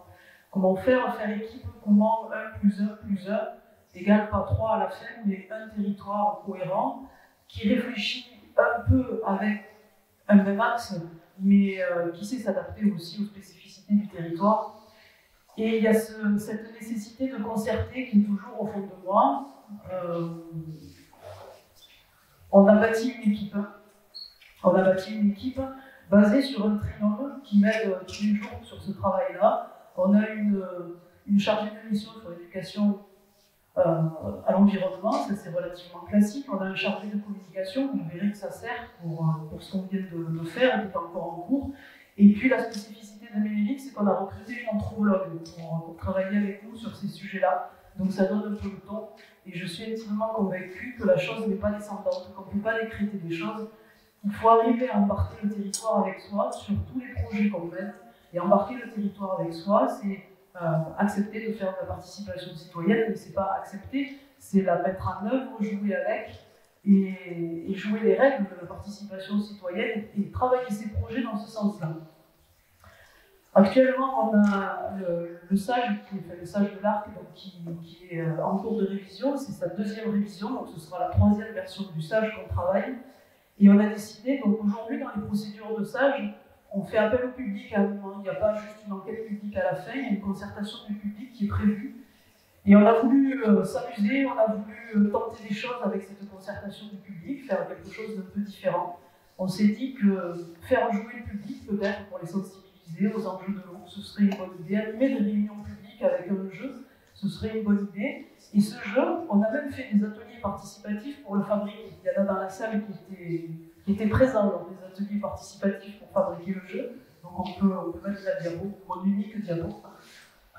Donc la campagne actuelle s'appelle « Mouillez-vous pour vos rivières ». Si vous voulez donner votre avis sur ce que deviendra la stratégie du SAGE, vous pouvez, il y a un flashcode là, c'est encore valable aujourd'hui, c'est jusqu'à demain, vous pouvez dire ce qui est sur le site internet et donner votre avis. On a fait des réunions publiques basées sur ce jeu, donc vous avez quelques photos, on a fait la lutte de la Marseillaise, la lutte de la Provence quand même, avec notre jeu et la participation sur le SAGE de l'Arc. Donc comment entraîner un territoire derrière soi quand on parle de SAGE? En fait, le SAGE, on s'en fout, ce qui compte, c'est engager les citoyens sur les enjeux de l'eau. Et donc ce jeu parle des enjeux de l'eau face au changement climatique. On s'est appuyé évidemment sur une campagne de communication importante parce que c'est pas le tout de faire participer les citoyens, il faut le faire savoir. Donc je vous dis, j'ai la chance aujourd'hui d'avoir un chargé de communication au bureau, c'est du luxe, qui nous a imaginé toute une campagne de com. Donc on a acheté des espaces dans la Provence, c'est la première fois que ça nous arrivait. On a acheté des espaces sur Facebook, c'est la première fois aussi que ça nous arrivait. Et force est de constater que quand on met quelques moyens, ça fonctionne, puisqu'on a eu 350 000 vues, je crois, par les réseaux sociaux. Donc ça donne une ouverture au public. Alors en réunion publique, on ne s'est pas retrouvé, on a eu peur à un moment, on s'est dit qu'on allait peut-être remplir l'aréna. Non, on a fait une réunion publique à Aix, une réunion publique à la Phare des Oliviers, chaque fois une quarantaine de participants. C'est pas énorme, mais on les a fait jouer, donc c'est pas une réunion publique classique où on vient exposer les enjeux du SAGE, c'est discutons ensemble des enjeux de l'eau face au changement climatique, et puis on vous explique ce que le SAGE a prévu et ce qu'il raconte. Et imaginez votre territoire dans 10 ans, dans 20 ans, si le SAGE a été mis en œuvre, si ça fonctionne, imaginez-le. Imaginez-le, donc rêvez, et rêvez une gestion des eaux de pluie différente, rêvez une gestion de la rivière différente, rêvez une rivière qui a retrouvé de l'espace. Donc ça permet derrière de remettre à plat tous les enjeux du SAGE. Donc ça c'est un exercice qui est en cours et qui est presque terminé sur le SAGE, mais se dessinent d'autres exercices basés toujours sur la participation citoyenne. On est en train de mettre en place avec la FIDEX, il y a Élise qui est là aussi, un labo de participation citoyenne pour accompagner un projet de restauration morphologique. Donc aujourd'hui, c'est une démarche qui accompagne les projets, les projets un peu importants, les projets qu'on sent un peu conflictuels, se disant que la chose qui fonctionne, elle ne fonctionnera que si le citoyen, que si l'élu, que si l'acteur local s'est approprié le sujet, le travaille avec nous et le met en œuvre avec nous. Ça fait une vingtaine d'années que je travaille dans ce domaine-là, je me suis épuisée à expliquer, moi j'avais l'impression d'avoir techniquement raison, et en fait ça ne sert à rien d'avoir techniquement raison, ça ne sert à rien de donner des leçons, d'expliquer, tant qu'on n'a pas compris comment l'autre percevait notre message, tant qu'on n'a pas compris comment les représentations de l'autre, ça ne sert strictement à rien, et c'est en ça que notre anthropologue nous sert, c'est que c'est un traducteur entre finalement nos interlocuteurs et nous, et elle nous permet de mettre en œuvre des actions qui entraînent avec nous les différents acteurs avec lesquels on travaille. Et ça a commencé avec l'équipe des élus. On a une nouvelle équipe d'élus, elle est en train de leur faire ce qu'elle appelle une carto sensible, donc une cartographie sensible. Ce sont des entretiens qualitatifs qu'elle conduit avec chacun des élus de Ménélique. Elle leur fait parler de la rivière, de leur territoire, de l'eau. Et ils doivent cartographier leur territoire, mais de façon très sensible. Donc l'idée, c'est de capter tout ce qui est émotion, invisible, sensible. Et elle nous le raconte, et puis nous, techniciens, on le traduit dans un projet. Enfin, on se saisit de ça pour ensuite expliquer nos projets avec leurs mots, avec leur sensibilité et avec leurs émotions. Et je vous assure que ce sont des choses qui fonctionnent très bien. Donc ça nous encourage pour continuer. Prochaine étape, c'est Roquefort avec le labo participatif. Et un autre projet aussi sur Aix avec des riveraines un peu récalcitrants, un peu énervés par les passages des collectivités précédentes sur le cours d'eau aixois. Pour essayer de les embarquer avec nous, on a fait intervenir notre anthropologue aussi, ils ont accepté de jouer le jeu, les entretiens, pour raconter leur rivière, pour décrire ce qu'ils ressentaient eux quand ils étaient inondés. On leur a proposé de participer à l'étude hydraulique avec nous, de bâtir les scénarios avec nous, de travailler sur la modélisation avec nous. Alors évidemment, ce n'est pas eux qui vont faire les calculs, mais ils sont à nos côtés, ce qui leur permet de voir qu'on ne leur manque pas quand on travaille sur un aménagement de cours d'eau, et de petit à petit monter en compétence et comprendre les décisions qu'on prend au fur et à mesure que les études techniques permettent. Voilà, je m'arrête.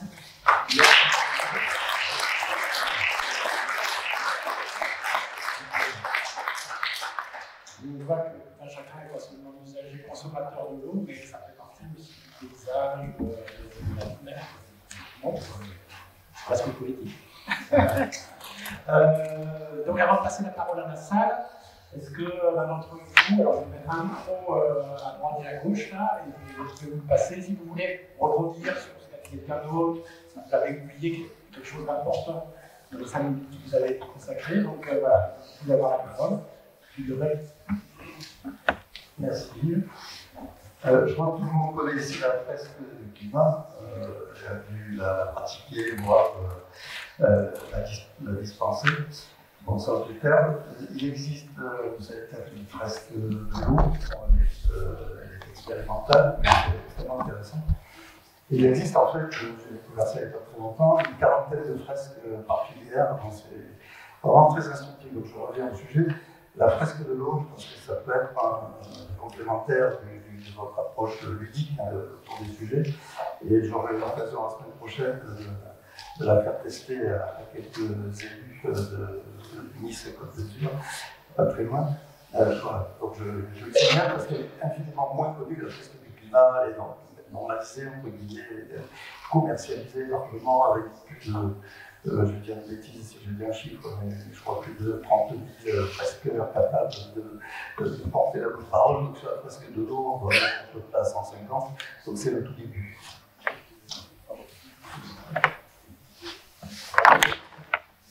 Alors je me permets de réagir sur les parties de conservation. J'adore ce que vous faites. C'est génial. Alors, moi je fais partie de l'étage du cadre du coup.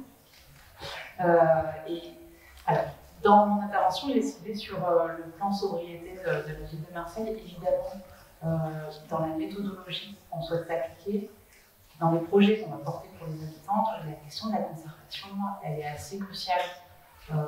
Moi, je disais lors de ma prise de parole que l'eau, c'était très technique et du coup, ça limite le débat citoyen.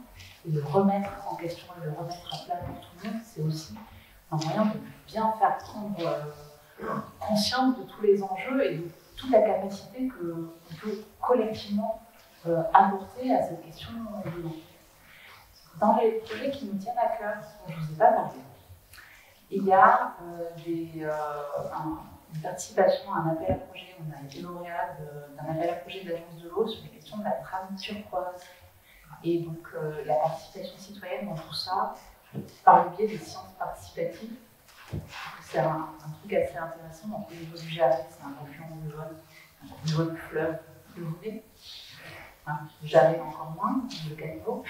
Mais la question de redécouvrir ces cours d'eau, elle est assez essentielle.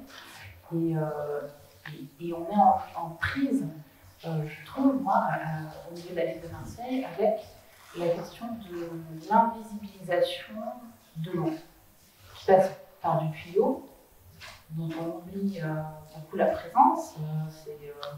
les conséquences de toute une politique hygiéniste qui avait ses raisons d'être à l'époque, mais sur lesquelles on peut venir aussi re-questionner les choses. Et la mise en lumière de l'eau dans le territoire, elle est assez essentielle. Mais finalement, on peut bien redonner. Il y a tout un parcours, il y a tout un chemin qui est là, et on bénéficie de ça. Et c'est pas si naturel que ça arrive au robinet, chacun responsable pour la préservation de cette ressource. J'ai beaucoup apprécié les prises de parole sur les questions de ruissellement, de présence de la nature, et ça se passe dans le milieu agricole, ça se passe aussi évidemment en ville d'autres manières. Ce qu'on souhaite, c'est pousser cette démarche. Nous, on a beaucoup de discussions, notamment avec la Société des eaux de Marseille, qui gère ce fameux canal et l'approvisionnement de l'eau de la ville, parce que par souci d'économiser la ressource, il y a une étanchéification des réseaux et du canal. Et oui, il faut économiser cette ressource. La question qu'on se pose, c'est aussi jusqu'où est-ce qu'il faut l'économiser. Le canal de Marseille, il devient de plus en plus étanche pour qu'on compte toutes les gouttes. Et finalement, dans le peu de terres agricoles qui restent au niveau de la ville de Marseille, à proximité du canal, ces terres-là, elles sont de plus en plus sèches parce qu'il n'y a plus de fuite. Donc, on peut aussi se questionner sur la maîtrise de la fuite, quelque part, ou le rejet maîtrisé, qui permet d'avoir des sols qui sont encore humides et qui permettent de maintenir ce fameux cycle de l'eau qui est si essentiel. Donc on se pose aussi ces questions-là et c'est vrai que ce n'est pas encore résolu. Enfin, il faut pouvoir mettre ça au débat. L'économie de l'eau, elle est essentielle, jusqu'où on va et jusqu'où l'économie ne va pas devenir une contrainte sur la biodiversité et sur notre environnement. J'ai pas la réponse de où est-ce qu'il faut positionner sur ça. Mais en tout cas, nous, c'est des questions qu'on se pose. Parce qu'on fait des constats et on se dit ça va s'aggraver au fur et à mesure. Parce que le climat n'est pas en s'aggravant, donc si on n'arrive pas à avoir des sols qui soient le plus vivants possible, ben, on va faire un effet d'entraînement vers du négatif. Après, j'ai encore plein de choses à dire, mais je pense qu'on a pas le temps. En plus, si je peux peut-être répondre un petit peu à votre question sur la vue de l'eau, je me sens au niveau des parkings, il faudrait absolument faire des parkings où justement il n'y a pas d'imperméabilisation. Ça, je l'ai vu en Allemagne récemment, mais même en France, dans les voies agricoles, on met un genre de radier, et donc ça filtre dedans, et on ne tombe pas, enfin, ça ne fait pas des mares, ni. Je pense qu'à Marseille, ça fait dans toute la ville, obligé, un parking nécessairement, il doit être perméable. On passe la parole ou vous voulez que. Je ne sais pas, il y a encore des interventions. Ouais, peut-être juste pour rebondir sur ce que vous venez de dire. Effectivement, alors, paradoxalement, en milieu urbain, il y a toute la connaissance, alors je ne dis pas qu'elle est appliquée et tout ça, qu'il y a encore beaucoup à appliquer, mais techniquement, tout ce qui est l'hydrologie urbaine à viser entre guillemets généraliste, c'est-à-dire faire en sorte que les eaux de pluie s'infiltrent et aménagées comme telles, techniquement ça se fait, quoi. Effectivement, en Allemagne, en France, il y a la connaissance de la technicité des bureaux d'études, tout ça, depuis longtemps, si on veut, et d'ailleurs beaucoup de constructions neuves maintenant intègrent ça, la gestion de zéro ruissellement des eaux de pluie, quoi. Donc effectivement, en milieu urbain, c'est tout à fait possible de le faire, et il y a ce qu'il faut. Il y a même la vision c'est-à-dire qu'il y a, oui, on sait qu'il faut désimperméabiliser, il faut faire zéro ruissellement, et on sait vraiment le faire, quoi. La même logique appliquée à un bassin versant, qu'est-ce que ça donnerait? C'est-à-dire zéro ruissellement, je force le trait, évidemment, je caricature, mais pourquoi pas zéro ruissellement à l'échelle d'un bassin versant. Ça veut dire que depuis les crêtes jusqu'au cours d'eau, l'eau qui tombe reste là sous forme de marque temporaire, ça dans le sol, c'est un peu ce que j'ai dit tout à l'heure. Qu'est-ce que ça fait? Souvent, quand on prend dans la voiture, ici dans les Bouches-du-Rhône ou dans les bassins méditerranéens, mais c'est pareil dans la Drôme, hein, on se rend compte que les paysages sont assez minéraux, peu vitalisés. On s'imagine bien que quand il pleut, et quand il pleut ça coule, quoi. Et ça va vite dans les cours d'eau. Qu'est-ce que ce serait si on appliquait le zéro émission, c'est-à-dire capter toutes les eaux de pluie et toutes les infiltrer. Et ça paraît complètement fou, et effectivement pour ça, on a besoin d'énormément de concertation territoriale, parce qu'il ne s'agit pas non plus de l'imposer, mais déjà au moins de donner la vision. Et figurez-vous qu'en fait cette vision elle n'est pas complètement aberrante, alors elle paraît extraordinaire en France, mais c'est ce qu'ils ont fait en Inde. C'est ce qu'ils ont fait en Inde. Il y a des vidéos qui existent là-dessus qui montrent ça. Dans plusieurs endroits de l'Est de l'Inde, je crois, et depuis plusieurs années déjà, il y avait des communautés où ils manquaient d'eau, ils avaient plus d'eau dans les puits, dans les sources, pour l'agriculture et carrément pour l'eau potable. C'est-à-dire qu'ils faisaient venir des camions de la ville pour alimenter les villages en eau potable. Ça vous rappelle rien, ça, faire venir des camions pour alimenter des villages en eau potable, c'est ce qui se passe maintenant en France, quoi. Ça paraissait à quelque chose de tiers-monde, entre guillemets, à l'époque, c'est ce qui se passe maintenant en France. Et dans cette communauté et d'autres, ils ont réglé d'une année sur l'autre les problèmes de manque d'eau. Je répète, ils ont réglé d'une année sur l'autre les problèmes de manque d'eau.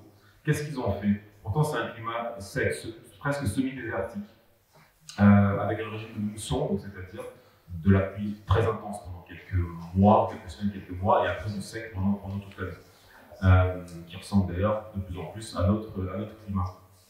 Et en fait, ils ont aménagé sur la vingtaine de kilomètres carrés que fait le bassin versant, ils ont aménagé toutes, depuis les crêtes jusqu'aux communautés.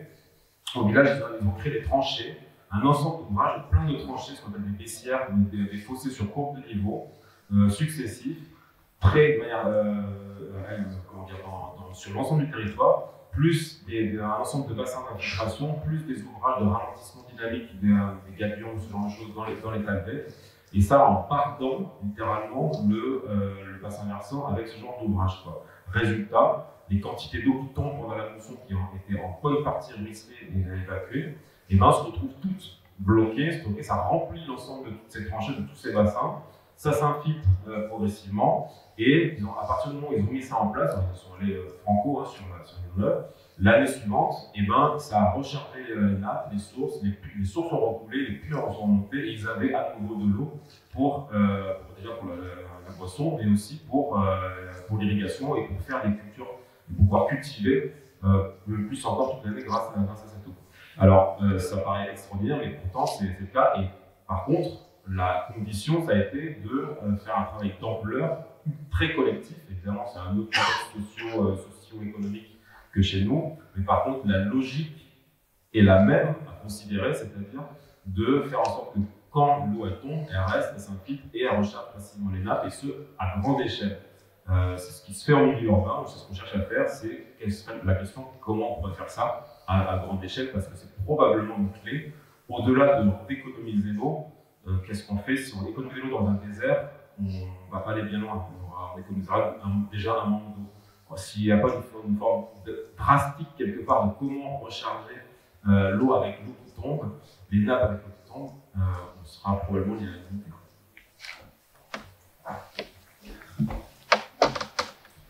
Donc, je vous propose, je vous avais promis de vous donner la parole, parce que je vous la donnais, mais très peu, il nous reste 20 minutes, donc ça va aller très vite, et déjà le temps vous concentrer sur des questions assez courtes, des questions 1, 2, 3, 4. Avant de vous donner la parole, un peu de pub pour FME, puisque on a parlé du coulement de l'eau et tout ça. FME, PACA, a réalisé des films sur des fleuves. Donc le dernier, là, le Verdon sur Denis convoité.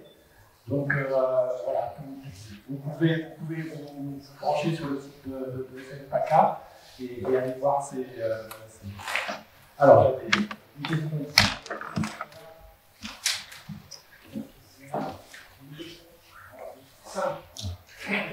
Thibaut Michel de l'association Forêt Méditerranéenne. Vous cherchez des solutions proches de la nature pour les problèmes de ressources en eau. Et on ne parle pas de forêt, on a parlé de l'arbre. Et donc notre association souhaite en parler, qui va suivre un cycle de pendant 3 ans sur le thème forêt, sol et eau. Et parce que la forêt joue un rôle direct, cette forêt qui fait 50% de la région, c'est ça, la moitié de la région c'est de la forêt. Cette forêt elle se trouve beaucoup en tête de bassin versant. Elle joue sur l'eau bleue, on retient l'eau, elle la filtre pour la qualité et elle produit un sol forestier qui retient l'eau également. Donc elle a ce rôle dans le cycle de l'eau bleue, mais aussi dans le cycle de l'eau verte, puisqu'elle est consommatrice de cette eau. Une grande partie de l'eau transite par les arbres, le produit du bois et repart en évapotranspiration. Donc je pense que ça a beaucoup de rejoindre les acteurs de l'eau et les acteurs de la forêt pour imaginer des gestions un peu globales. Pour ça, donc, nous allons commencer par un cycle où on convoque les gens de l'INRAE dont vous parliez, les hydrologues, pour faire le point des connaissances sur le thème du séminaire qui va se dérouler le 24 et 25 avril à Marseille, à l'hôtel du département, au thème les chemins de l'eau et le changement climatique, outils et gestion adaptative des forêts méditerranéennes. Donc vous êtes tous invités à venir, j'ai fait ma pub, avec quelques bulletins d'inscription. Merci.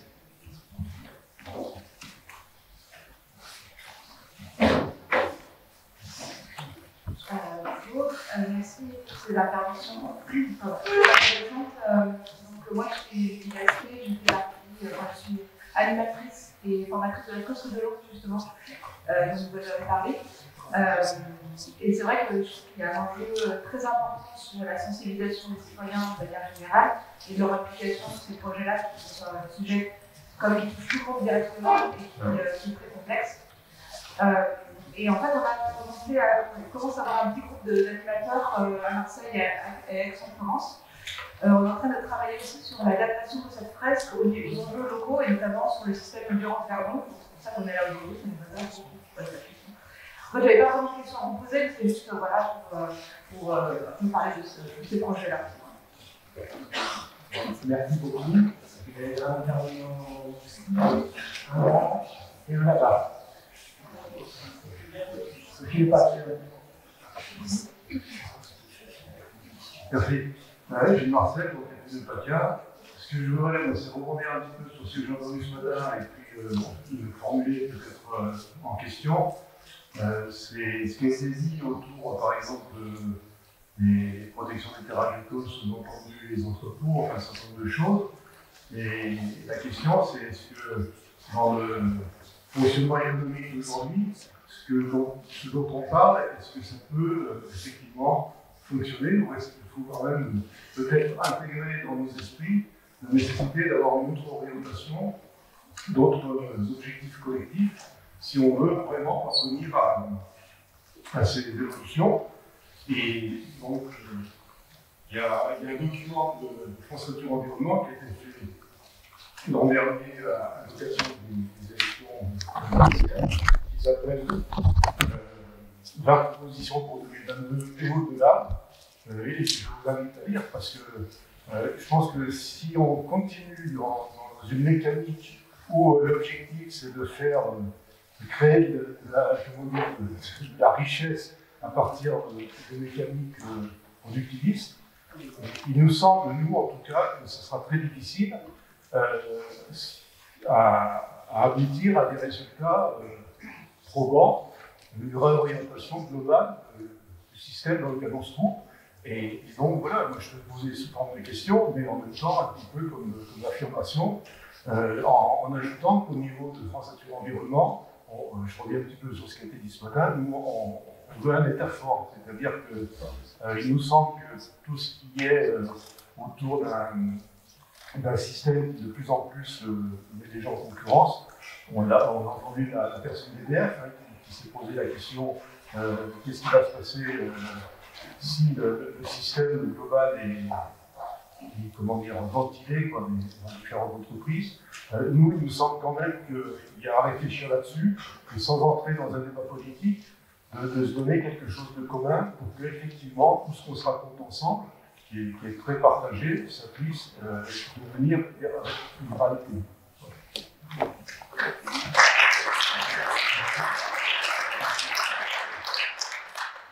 En fait, c'est une succession, j'ai l'impression, d'interventions. Moi, j'ai aussi une question derrière une réflexion autour de la sensibilisation citoyenne et du grand public. Jean-Claude Escaffi, j'ai rejoint une équipe à Fubo qui, tous les ans, c'est la 3e édition, organise la journée de la nature. Et on a décidé cette année de faire une grande table ronde sur l'eau. Mais le problème des organisateurs des années précédentes, c'était de dire, on rejoint, il y a à peu près 30 associations qui sont présentes, on rejoint un public déjà conquis. Et ça, c'est l'éternel problème, on le sait dans plein de domaines. Donc cette année, la problématique de l'eau me semble une problématique qui intéresse tout le monde, mais quand on peut en parler, en fait, qu'est-ce qui intéresse les gens dans la question de l'eau? Est-ce que je vais être obligé de ne plus pouvoir laver ma bagnole? Est-ce que je vais pouvoir charger ma piscine, etc. Donc c'est vu de manière assez punitive. Et donc ma question, j'ai bien entendu la démarche que vous avez, c'est une démarche qui part du bas, c'est comment rejoindre le grand public. On s'y attache de plus en plus, je vois qu'il y a des gens qui sont d'accord avec ou qui ont peut-être la question, ou des solutions. En tout cas, nous, la journée de la nature, c'est le 10 juin à Fugo. Merci. Alors, ça va aussi vite que ça, je vais apprendre tout le monde, j'ai encore 4 intervenants. Je vous répondais juste à la question du grand public parce qu'on a voulu. L'objectif, c'était pas de faire de l'entre-soi dans nos réunions publiques ou autres, donc on est allé sur les marchés. Et tous les jours, il y a un marché sur notre bassin versant, donc on a sillonné les marchés. On a fait c'était pas du porte-à-porte, mais on alpaguait les gens dans la rue, on leur expliquait, on leur distribuait des flyers. Et l'accueil n'est pas forcément toujours très sympathique. Hein. Donc quand on sort de l'entre-soi, on est déçu.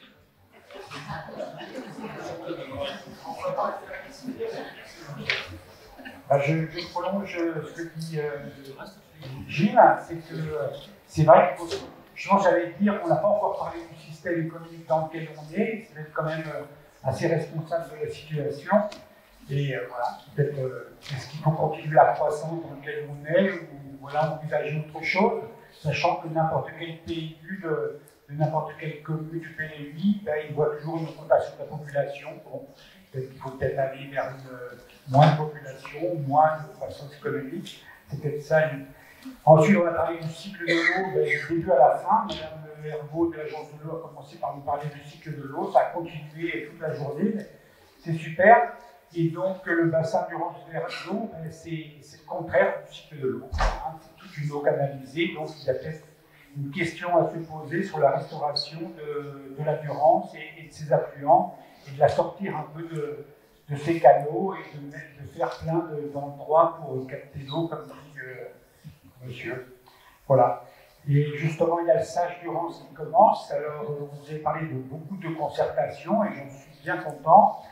J'espère que dans le cadre du Sage Durance, ça va être le cas. Dans une réunion, et je ne dirais pas qui, mais ce n'est pas très grave, mais une personne assez responsable dans ce domaine-là, concernant la sécheresse 2022, a été assez contente de dire qu'il y avait réduit l'équipe de décision pour prendre rapidement les décisions. Donc, ça ne va pas vraiment dans la direction d'aujourd'hui. J'espère que voilà, vous serez entendus.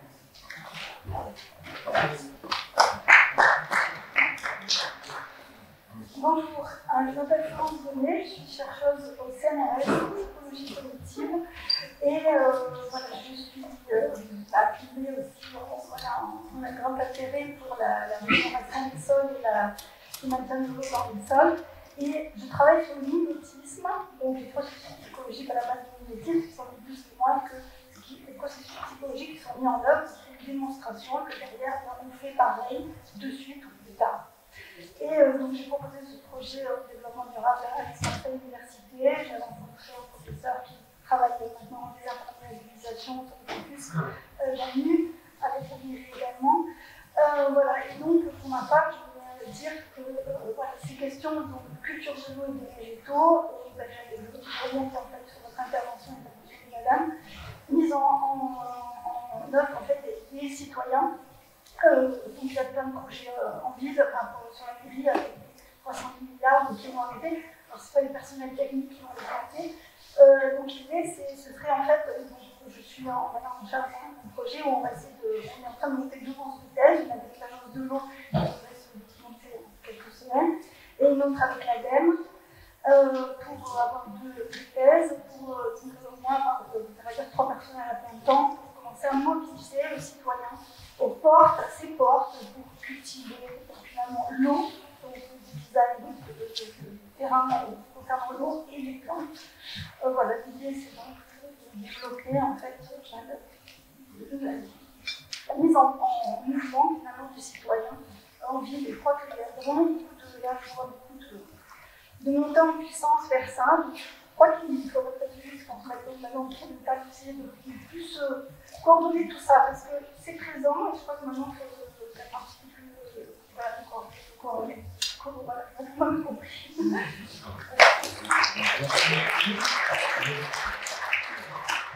Deux interventions encore. Donc, Mathieu, là, qui est le réalisateur des films dont j'ai parlé, et qui va en parler beaucoup mieux que moi. Oui, bon.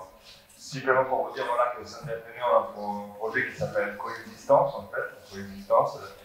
Il a décliné la coexistence fait son cinéma avec l'aide de l'agence de l'eau, notamment, la Réal, etc. On va créer des films en fait, qui cherchent à expliquer ce qui se passe sur notre territoire.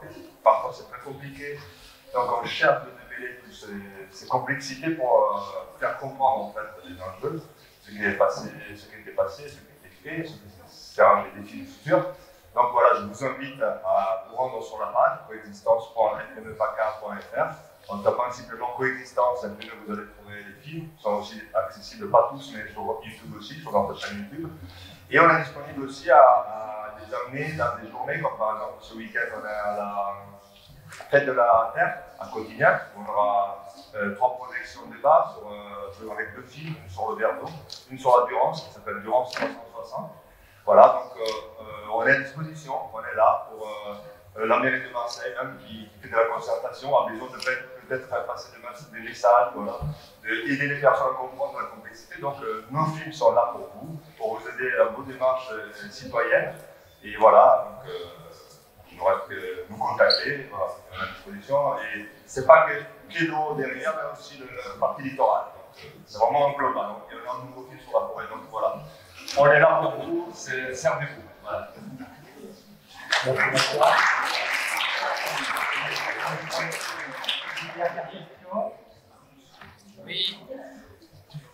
Oui, je voudrais remercier tous les intervenants, c'était super intéressant, toujours de très bonnes idées. Par contre, j'étais un peu comme vous, je dis qu'il faut aller jusqu'au fond des choses et vérifier que les choses fonctionnent jusqu'au bout. J'aime bien être performant. Et par exemple, quand on ramasse des mégots, c'est bien, il y a des bénévoles, il y a une centaine de bénévoles qui font, mais l'année suivante, il y en a toujours le même nombre. Donc, il faut demander si l'action est bonne. Parce que pour moi, on ne va pas jusqu'à la fin. L'objectif, c'est qu'on n'ait plus de mégots. Voilà. Après, voilà, vous avez parlé, par exemple, des vignes, qu'il fallait laisser les herbes pour les vignes.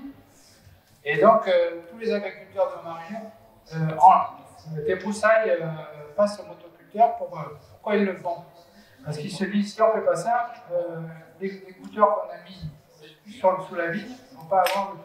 Donc, je ne sais pas s'il y a des solutions, c'est-à-dire il faut leur dire qu'il faut mettre des graines azotées au milieu, parce que vous allez enrichir votre sol, et ça ne va pas se répandre sur les vignes, ça va marcher. Il faut aller jusqu'au bout de la solution, parce que 90% des vignerons, ils désherbent. Donc il faut savoir pourquoi ils le font. Dans ma région, on ne voit pas qu'ils désherbent. À Lambesc, il n'y en a pas. Il y en a 0. Donc il faut voir pourquoi ils font ça, les vrais agriculteurs, et essayer de trouver une solution avec eux, comme on dit. Il faudrait peut-être les réunir ensemble pour voir pourquoi ils ne le font pas. Parce que là, même si on parle entre nous, on va partir, et bien les agriculteurs ils resteront toujours comme ils auront toujours l'habitude de faire ça. Voilà, merci. Merci. Et voilà, en 1 minute, une réponse. Donc, pour être plutôt positif, parce qu'il y a une évolution chez les vignes.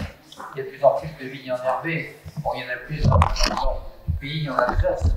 Mais même ici, c'est une question, et il y a beaucoup de formations dans le milieu agricole professionnel classique. On parle de sol vivant, on n'en parlait pas il y a 20 ans. Il y a quand même, je pense, une évolution assez positive. Donc, c'est ce que je vais vous dire. Alors, moi, j'ai une petite proposition, c'est pour faire un lien entre tous, la participation citoyenne pour faire du compost. Et parce que bientôt, à partir du 1er janvier 2024, oui, on va être obligé de traiter les biodéchets. Et les biodéchets peuvent donner du compost. Et là-dessus, je pense qu'il y a beaucoup à faire de participation citoyenne pour essayer de faire comprendre que si on sort tout ce qui est organique des déchets, tout le reste, c'est facile à traiter.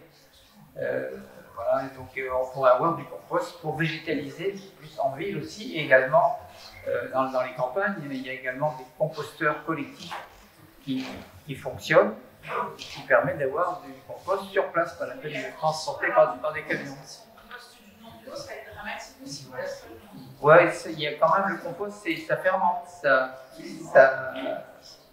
assainit le milieu. Donc il y a du biocompost. Hier, il y a des alchimistes qui travaillent là-dessus, vous avez entendu parler.